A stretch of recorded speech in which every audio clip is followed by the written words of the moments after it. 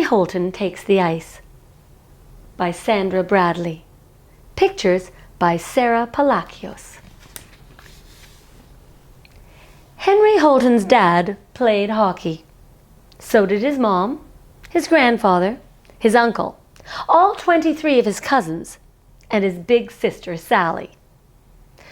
The only person in Henry's family who didn't play hockey was his grandmother, and that was because she'd hurt her hip. Before that, she was voted MVP in the Silver Skates League 6 years running. Henry's family was hockey mad. They were so crazy about hockey that Henry's mom drove a Zamboni to work, and on Saturdays, Sally dressed their dog, Gretzky, in full hockey gear and put him in goal. So, when Henry was born, there was only one question: left wing or right wing? Either way, said Dad, by the time he's 5, he'll be a pro. As a baby, Henry teethed on hockey pucks, and the moment he could toddle, his parents bought him a pair of skates. And away he went. Henry glided effortlessly across the ice. He swished and swooshed and swaggered. He didn't even need to hold his dad's hand. "Henry Holton, you beauty," Grandma hollered from the bleachers. "You're going to make one fine hockey player." But when Dad handed Henry a stick, something didn't feel right. Suddenly, Henry's feet were in a muddle. By the time Henry was 7, he skated better than any Holton in history, but still he couldn't hold a stick. And skating straight up and down the rink was downright boring. Instead, Henry twisted and turned, weaved and wound. He swayed and shuffled and shimmied. Henry's parents were devastated. His sister was furious. Henry was a menace to hockey. "Henry Holton, out of the way," Sally yelled. "You're ruining our game." And then one day, it happened. Henry arrived at the rink for free skate, and there he spied a poster on the front door. "Prepare to be dazzled. Join the Diamond Picks Ice Dancing Club for their 34th annual extravaganza tonight." Henry asked his mom if they could go. "Well," she said, "it's not hockey." But they went anyway. Henry sat in the bleachers, mouth open, heart pounding. The skaters below were like kites, brightly colored kites, swirling and twirling in the wind. There were no sticks, no pucks, no helmets or pads, only bodies moving with the music. One little girl, the same size as Henry, dashed down the ice, spun like a top, and finished with 1 foot high in the air. It was magic. Ice magic. And the magic gave Henry an idea that had nothing to do with hockey. "Their skates are different," Henry said to his mom. "Figure skates," Mom explained. "They have picks in the front of the blades." "That's it," said Henry.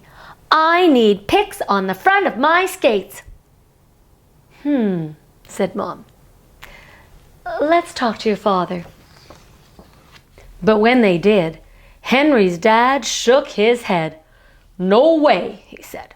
"We're a hockey family, Henry. A hockey family. You don't need new skates. You got top-of-the-line junior pros." "But Dad," said Henry, "pros don't have picks." "Ice dancing is for girls," Sally chimed in. Henry thought about that. "I don't think so," he said. "There were lots of boys there tonight." But nobody would listen. Deep in the bottom of his stomach, Henry felt a lump the size of a hockey puck. And for weeks, he benched himself. His top-of-the-line junior pros stayed in their bag, skate guards on. He would not skate until he had picks. He would not skate again until he could dash down the ice, spin like a top, and finish with one foot high in the air. "But Henry," said Mom, "you need to skate. It's good for you." "I need to dance," Henry corrected. And then one day, Grandma came to visit. "What would it take," she said, "to get you back on the ice?" "I'm not a hockey player," said Henry. "I wasn't made for boarding and body checking." Grandma reached into her purse and pulled out a photo. "Here, I've brought something to show you." Henry leaned close and peered at the faded picture. "Wow," Henry whispered. "Who is she?" "Who do you think?" And suddenly, Henry knew. "You were a figure skater, Grandma?" "Yes, a long time ago. But when I finally picked up the lumber and landed the biscuit in the 5-hole with a mighty slap shot, well, the picks just had to go." Henry could scarcely breathe. "Do you still have the skates?" That night, Grandma met Henry at the rink just as they had planned. She handed him the scuffed-up skates. They weren't meant for a boy, and they were a few sizes too big. But they had picks. And Henry had come prepared. He'd brought 3 pairs of wool socks, plus all the money from his piggy bank to have the skates sharpened. When he stepped out on the ice, Henry's feet felt wobbly, but he stood up straight and he skated. It wasn't his usual skating. It was far from dancing, but it felt right. "Out of the way!" Sally yelled. Henry ignored her. Henry ignored everything, except for the music and except for his feet. And when the bell rang for the end of free skate, Henry ignored that too. Finally, the man who ran the rink blew his whistle 3 times and dragged Henry off the ice.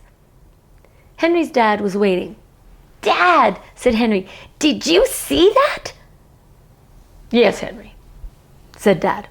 "Yes, I did." The next day, when Dad got home from work, he was carrying a brand new pair of boys' figure skates. They fit Henry perfectly. When they got to the rink, a man was waiting on the ice. He wore black skates just like Henry's, and he smiled when he shook Henry's hand. "Henry," said Dad, "this is your coach. He'll teach you all you need to know." It took Henry 69 tries before he could dash down the ice, spin like a top, and finish with 1 foot high in the air. On the 69th try, Grandma was sitting on the bench. "Henry Holton, you beauty," she hollered. "I knew you'd make one fine ice dancer."